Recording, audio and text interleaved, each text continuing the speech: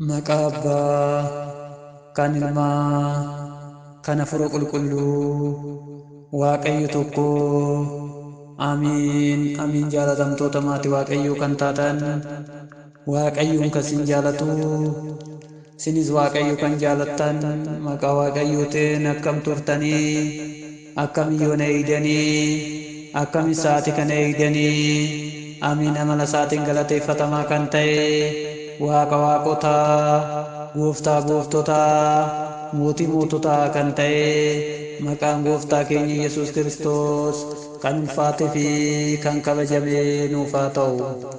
Maqaa isaa waamnee maqaa isheenis nuti qulqulleetti qulqullummaan, dubra dubrummaan, fayyisaa addunyaa kan nuuf deesse maqaan haadha teenya qulqulleetti dubree maaramii kan ulfaattee fi kan kabajamte nuuf haa taatu. Akkasuma maqaan ergamootaa, duuka bootaa, raajotaa, wareegamtootaa akka hojii isaanii akka sadarkaa isaaniitti kan ulfaatanii fi kan kabajaman nuuf haa ta'an. Akka fedhaa fi eeyyama Waaqayyootitti, akka fedhaa fi jaalala Waaqayyootitti sagalee Waaqayyoo kan waliin barannu torbee torbaffaa sooma Gooftaa keenya Yesuus Kiristoos yookiin sooma guddicha keessaa Niqoodimoos kan jedhu waliin baranna jechuudha. Egaa Niqoodimoos hayyuu amantaati. Niqoodimoos baay'ee barate, baay'ees ni beeka ture jechuudha. Egaa kanarraa kan ka'es hayyuu jedhamee beekama, beekaa jedhamee beekama, dursaa jedhameetis ni waamama jechuudha. Egaa namoota yeroo san keessa turan san keessais nama beekamtii fi beekumsa olaanaa qabu ture jechuudha Niqoodimoos. Halkan gara Gooftaa keenya Yesuus Kiristoos deemuudhaan barachaa tureera. Barataa halkaniitis jedhamee waamamaa ture jechuudha Niqoodimoos. Egaa Niqoodimoos guyyaa guyyaa barsiisaa makuraabii ta'ee namoota baay'ee barsiisaa waan ooluuf yeroo sanitti warra Yihuudoota Niqoodimoos barsiisaa ture. Gooftaan waan hin amanini waan hin fudhatin itti fakkaata. Egaa Niqoodimoos makuraabii irratti barsiisaa isaanis ture, ni barsiisa ture. Achittis warroota Yihuudootatiin ni barsiisa, alaqaa isaaniif ture. Inni yoo barsiisu egaa warri Yihuudootaa yeroo kanatti hojiiwwan garaagaraatiin mana dhaqanii yoo barbaadan inni garuu achi isaan wajjin hin jiru. Inni galgala mana Waaqayyoo waan deemuuf guyyaa guyyaa garuu makuraabitti barsiisaa ture waan ta'eef jechuudha. Egaa guyyaa barachuu hin dandeenye halkan gara Gooftaa deemee barata jechuudha. Akka seera warra Yihuudootatti namni Gooftaa fudhate yookiin namni amanee fi duukaa bu'e makuraabii keessaa waan ari'amuuf achitti dhiyaachuu waan hin dandeenyeef inni halkan deemee barachaa ture jechuudha Gooftaa bira deemee. Egaa Niqoodimoos Gooftaadhaan yaa barsiisaa koo Waaqayyo yoo si wajjin ta'e malee mallattoolee ati raawwachaa jirtu kana hin raawwatin hin jenneeni inni kaayaa itti dubbate jechuudha. Egaa ati yaa Waaqayyoo ati keessa koo ni beekta, keessa koo ni hubattee deeme. Egaa Waaqayyo isa ni beeka, Niqoodimoos laphee isaa ni beeka waan ta'eef jechuudha. Egaa Gooftaanis deebisee dhuguma dhugaasiin jedhaa namni lammata yoo dhalate malee mootummaa Waaqayyo argachuu hin danda'u yookiin hin dhaalu hin jenneen jechuudha. Egaa Gooftaan keenya Yesuus Kiristoos garuu inni kan dubbate jecha dhugaa kitaaba qulqulluu itti dubbate jechuudha Niqoodimoositti. Garuu warroonni Yihuudoota lammata yoo dhalatan mootummaa Waaqayyoo akka hin dhaalle yookiin immoo Waaqayyo mootummaan akka ta'e kan hin beekne turan. Isaan kan Waaqayyo bira deemuu miti ogdoo isa duukaa bu'anii hojii isa irraa ari'amu Niqoodimoositti barsiisuu hin danda'u waan ta'eef jechuudha. Gooftaan keenya Yesuus Kiristoos garuu dhuguma dhugaasiin jedha namni lammata yoo dhalate malee mootummaa Waaqayyoo galuu hin danda'u jedheen jechuudha. Egaa Niqoodimoosis waan isaaf hin galiniif gaafii ni gaafate. Namni erga dulloomeen booda akkamiin dhalachuu danda'a jedhee ni gaafate. Lammata gara gadaamessa haadha isaa seenee dhalachuu ni danda'a jedhee ni gaafate. gooftaan keenya Yesuus Kiristoos deebisee akkana jedheen dhuguma dhugaa siin jedha namni bishaanii fi hafuura qulqulluu irraa yoo hin dhalate malee gara mootummaa Waaqayyoo seenuu hin danda'u. Kan foon irraa dhalate kan foonii kan hafuura irraa dhalate kan hafuurati jechuun nama irraa dhalate nama namatti ilma Waaqayyoo ta'uun hafuura dhalachuudha jedhee itti dubbate jechuudha. Egaa lammata dhalachuu kan qabnu waan silaa egaa lammata dhalachuu kan qabnu nuti hafuura qulqulluutiin akka ta'e beekuu qabna. Egaa qilleensi gara barbaadeetti bubbisa yookiin qilleensa sagalee dhageessisa garuu garamii akka dhufee garamiis akka deemu hin beeku. Kan hafuura irraa dhalate hundi akkuma kana jechuudha. Egaa Waaqayyo irraa dhalachuun hangam akka icciitii cimaa ta'e nu hubachiisa. Niqoodimoosis deebisee akkas jedhe kuni akkam ta'uu danda'a jedhee gaafate.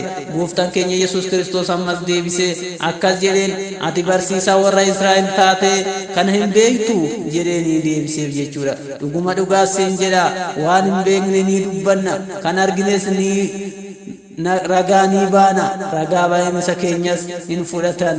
Waa'ee biyya lafaa yommuu sitti himnu kan hin amanne waa'ee samii yoo sitti himne akkamiin amantu jedhee dubbate. Samiirra kan bu'ee alatti gara samiitti kan ol ba'e eenyuyyuu hin jiru. Innis samiirraa kan bu'e ilma Waaqayyoo qofa yookiin ilma namaa qofa jedhee dubbate jechuudha. Egaa Niqoodimoosis gaafii isaa achumarratti ni dhaabe jechuudha. Egaa isa kana kan argannu wangeela Yohaannis boqonnaa 3:1-15 yoo dubbifne ni arganna. Egaa nutis kanarraa maal baranna yaa saba Waaqayyoo? Tokkoffaa yeroo boqonnaa keenya keessatti kan dabarsuu qabnu maalirratti laata? Maalirratti dabarsuu akka qabnu nu hubachiisa. Yeroo boqonnaa keenyaa keessatti kan dabarsuu akka qabnu nu barsiisa. Niqoodimoos gara gooftaa keenya Yesuus Kiristoos dhufee barachuu isaa gocha barbaachisummaadha. Gocha deeggaramuu qabuudha. Egaa saayinsiin kanneen ta'an warri Yihuudootaa osoo hin hordofin Niqoodimoos gooftaa jaalachuu waan nama dinqisiisudha. Egaa Niqoodimoos kan galateeffatu gooftaa biraa sa'a muraasa boqonnaa qabu keessatti gooftaa isa uume galateeffata. Garuu warra makuraabii keessatti gooftaan akka hin ilaalamu dhala namaa ture. Garuu gooftaan keenya Yesuus Kiristoos akka inni itti amanan beekan ture jechuudha.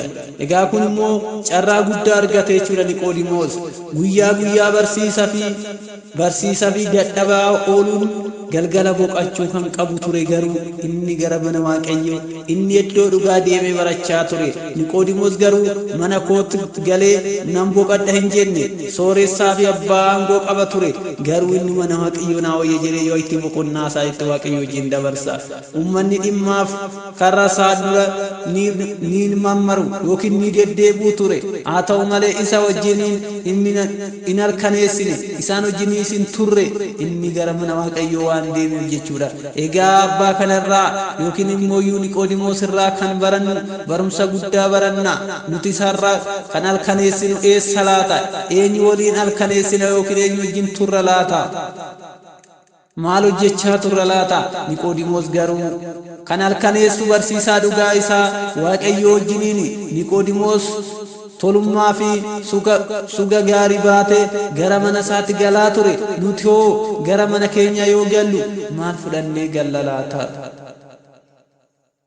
Egaa ulfinaa fi kabajaan kan jiraachaa ture. Nuti hoo of salphifnee of xiqqeessinee argamnaa laata? Namni si'a kanaa mooyyuu machiidhaan kan galu jira gara mana isaa eebba dagatee. Dhiichisaan kan galu jira gara mana isaa eebba isaa dagatee. Egaa dhiiga lolaase kan galu jira. Maraacha kan galu jira. Gara mana isaatti kan deemu jira. Niqoodimoos garuu guyyaa makuraabii keessatti barsiisaa ture. Galgala wayitti boqonnaa isaatti gara mana Waaqayyoo deemuudhaan eebba fudhatee gala. Barakata fudhatee gala jechuudha. Egaa mana Waaqayyoo keessaa eebba fudhatee gala jechuudha. Nutis immoo akkasaa eebba fudhannee gara mana isaatti gara mana keenya kan gallu ta'uu qabna jechuudha. Lammaffaa irratti faayidaa cuuphaatu nu barsiisa jechuudha Niqoodimoos. egaa cuuphaan qulqulleetti Sillaasee irraa ilmummaa ija foonitiin hin mul'anne argachuu nu barsiisa. Niqoodimoos gooftaa wajjiniin halkaneessuun uumaa isaa bare. Gooftaan baruu qofti immoo gahaa miti, beekuun sirriitti hubachuun nama barbaachisa. Egaa hafuurri qulqulluun dhalachuun nu barbaachisa. Addaan baala hin nyaatin jedhamee battala nyaatetti ilmummaa Waaqayyoo irraa mulqame yookiin irraa fudhatamee ture.